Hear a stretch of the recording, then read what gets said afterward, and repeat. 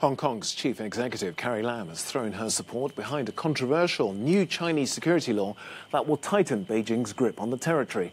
Pro-democracy activists say it's a blow to the city's state's freedoms and have called for mass protests.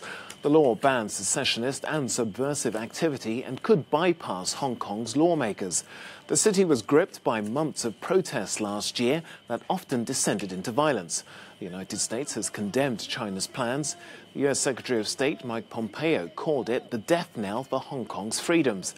The EU says upholding the one country, two systems principle is key. Carrie Lam tried to reassure the public earlier that the new law will not impact freedoms.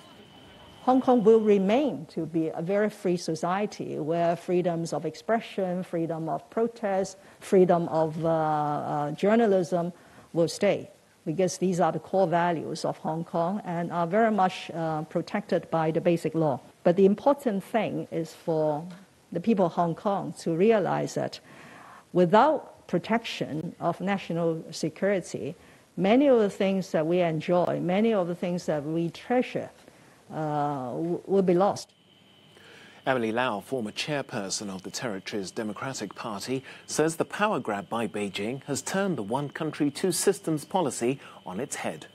And we are very frightened that our rights, freedom of expression, freedom of conscience, freedom of assembly, the rule of law, independence of the judiciary, all these would be undermined, and they would set up a public security office in Hong Kong, and probably mainland officials will come to Hong Kong to implement mainland laws, and cases may not even be dealt with in our courts. So they have turned one country, two systems on its head, and people are very, very anxious.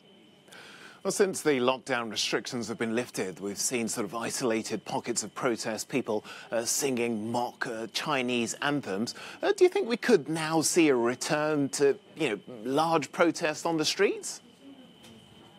I think so, because the people, particularly the younger people, many of them are very angry with the police brutality, because many people have been injured and more than 8,000 people have been arrested, but not a single police officer has been arrested, in spite of all the police brutality you see on television.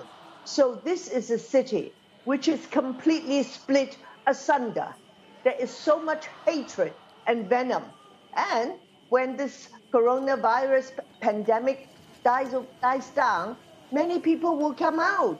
And this protest is not going to stop